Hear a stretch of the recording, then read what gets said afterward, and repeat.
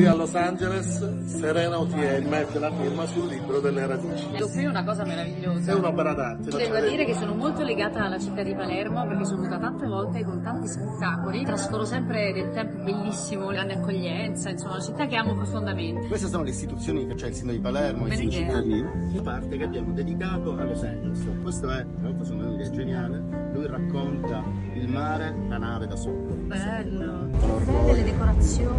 Sono venuti per firmarlo da Hamburgo, dall'Olanda, da Dubai. Bello, ma così è proprio la prima. La prima dei narratori. Ma voi dovete replicare questo libro, scusate se mi permetto, Sì. e dovete metterlo in vendita perché io sarei la prima ad acquistarlo. Quando perché sarà è finito lo meraviglioso. potete Igor Scalisi Palmentieri che è... Ma che bella idea, complimenti. Grazie, grazie. E questa è anche l'Italia, ecco, l'italianità, l'Italia, la creatività e valorizzare le nostre bellezze. Ieri sera ho cantato sotto l'Americo Vespucci. Buonasera a tutti. Torno in Italia piena di entusiasmo, di gioia e di italianità. Viva l'Italia! Ma voi siete un attore, siete attori, no, sono curiosa di dire questo e questo, hai detto questo come diceva e ho detto tutto. E comincia il pianto